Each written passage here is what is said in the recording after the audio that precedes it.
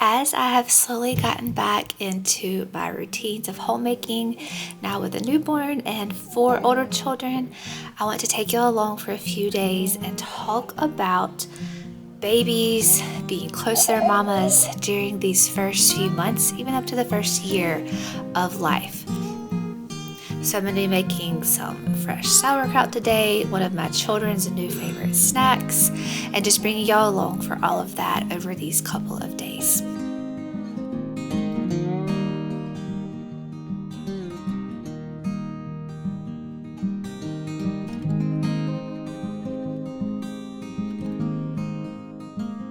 So I can honestly say that having a newborn with 4 older children is so much easier, has been so much easier than having my first 2 children.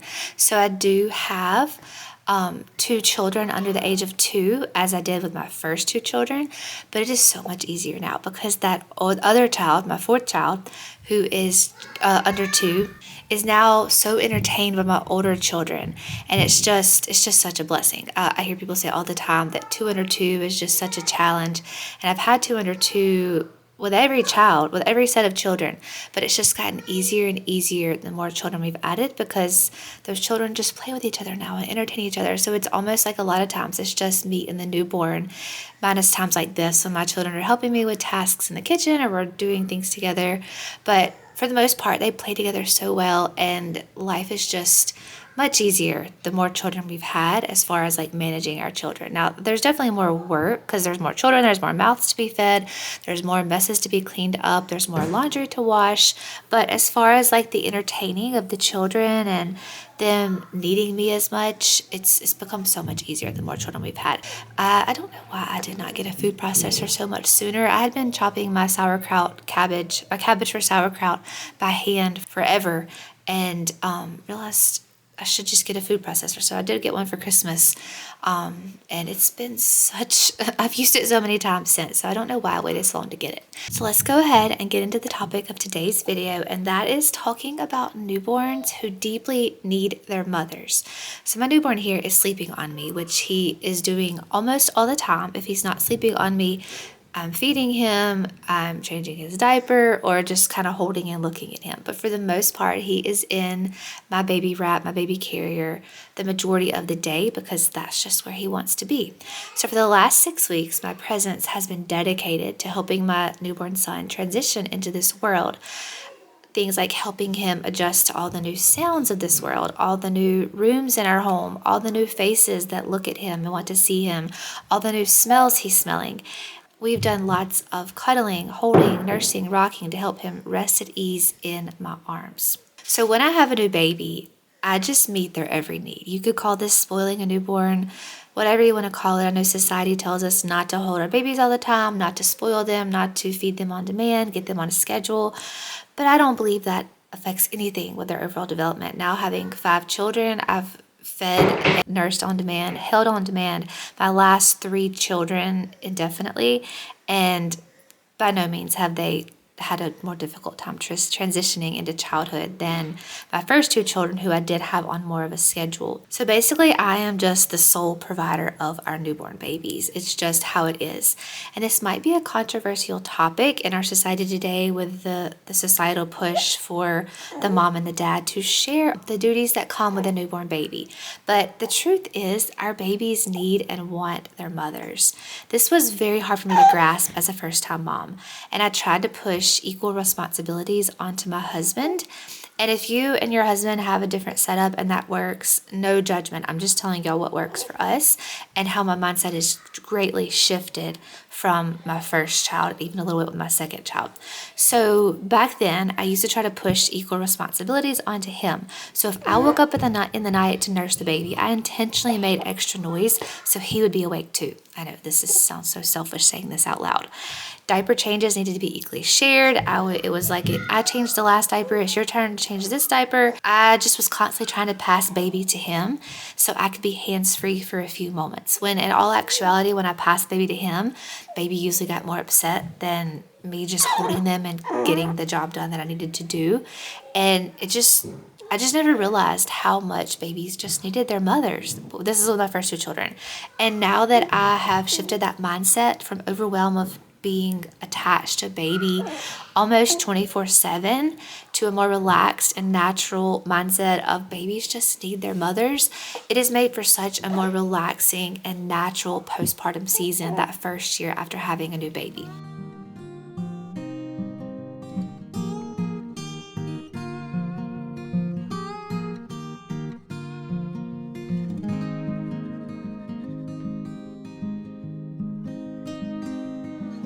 Making some pizza rolls. This is my children's absolute new favorite snack or meal.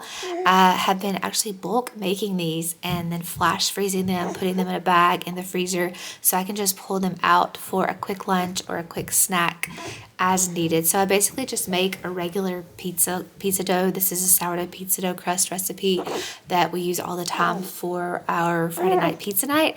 And then I make the pizza like I would and then just roll the dough up like cinnamon rolls, and then you cook them. I put meat, cheese, sauce. You can put whatever toppings you wanted in them, but it's super easy and very delicious. My children love them. If you hear the baby noises in this video when I'm doing this voiceover, it's because my little one was asleep, but he is waking up now. So that's what you hear in the background while we're talking about newborns. So he is literally with me all the time. I'm doing a little bit of work right now. My other children are having their quiet time, and he is just with me all the time.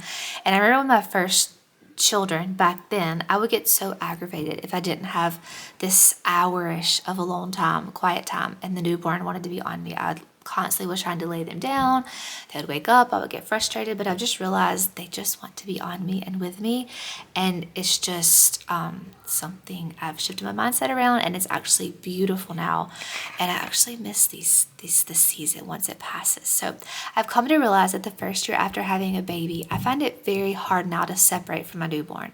My life does not go back to normal. I think our society says we can go back to normal after having a new baby, but that's just not how it is for me. My life molds to a temporary new normal, which is just me and the new baby. One where my arms are almost always full. My back often aches a bit from the constant holding and nursing throughout the day, but my heart is oh so full of newborn cuddles, that newborn smell, those little newborn grunts, the giggles and the smiles once they start getting a little more personality, the little rolls as they fatten up, and just watching the speed at which that first year flies by with a new baby. With my fifth baby, I've truly realized how fast that first year actually passes. So if you're in the trenches of brand new motherhood, maybe with that first or second baby, and you're thinking, is this time ever going to pass? Am I ever going to sleep again? Am I ever going to feel rested again? Are my arms ever going to be empty again? Not that we really want our arms empty, but you know the feeling when your arms are just so tired because you've been holding the baby all day long and doing your tasks, that feeling. We wonder, will that ever pass? It will, and you will miss it. I think our society as a whole has forgotten that babies have a lot of needs. We've created beds that will sway them to sleep. We have created swaddles that mimic the human touch, those like weighted swaddles, and then pacifiers to mimic the human breast.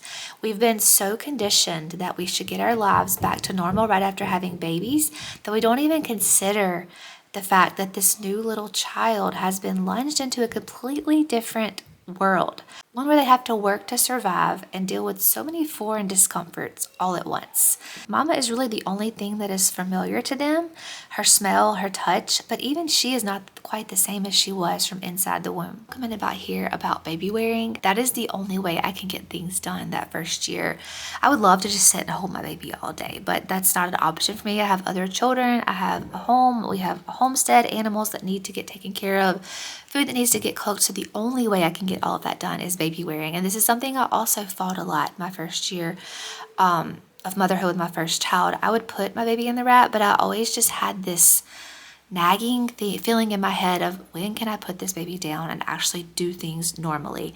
And it's so sad to think back now how I would wear my first baby, but I always was ready to put him down, which is not the mindset I have now. And I just encourage you, if you have that mindset now, it's okay. It's okay to feel touched out and want just a moment not to be touched.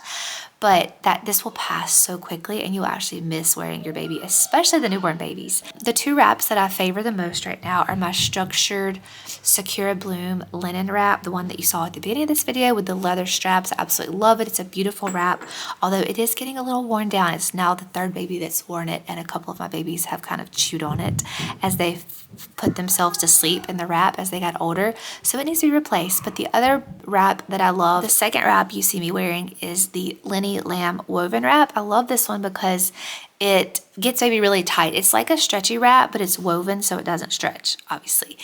Baby stays so snug, and with a stretchy wrap, I find that especially as babies get bigger, when they're little, it's fine. They don't stretch out that much. But as they get bigger, they kind of wiggle and stretch, and it starts sagging, and baby gets kind of low and uncomfortable to hold as the baby gets older. But this one I love. I can also back wear newborns, not really newborns, but more like 2 or 3 months old.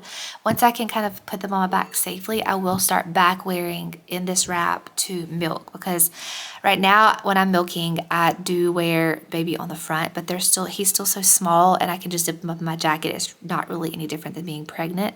But as he gets bigger, I will not be able to properly milk and do farm chores with him on the front. So I will be able to transition him to back wear in the woven wrap sooner than I could in a structured carrier in my Secure Bloom structured carrier.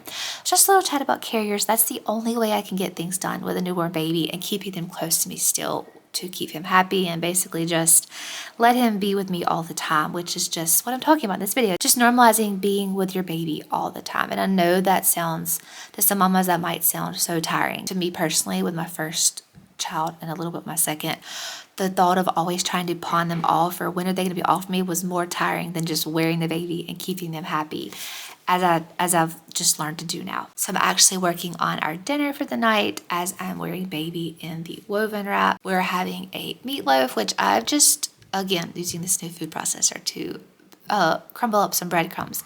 And I'll just make our meatloaves in the dish I'm going to cook it in. I just mix everything together into the baking dish and mix it together with my hands and then shape it into the meatloaf mold. I've made meatloaf so many different ways for many different years. Basically the same recipe, but like the process, I used to mix it in a bowl and then transfer it to a cast iron skillet. I used to mix it in a bowl, shape it into the pan, but it's so easy just to use this one baking dish, put it together in here, and then shape it and bake it. One dish is dirty and that's it. Also use the food processor to crumble up the breadcrumbs and chop the onions, but it saved me a lot of time than hand chopping and crumbling those two things. So this was our dinner tonight: meatloaf, a potato casserole, and maybe some beans. I don't remember exactly. But there is also a lot of times I do nurse my newborn while I'm cooking. Yes, my arm starts to ache because he gets heavy, especially as he grows. But again, it's just normal for the first year for me to always just be nursing on demand. And if I'm in the middle of cooking a meal, I just latch them on and continue on and just build up those bicep muscles. So if you're like me and you find yourself attached to your baby every day, every hour, around the clock for that first year, it's okay. Society can think or say what they want. So let's just normalize this for those mamas who need to hear it and who are constantly with their babies that first postpartum year, and just enjoy it, savor it, and remember that the newborn season will pass all too quickly.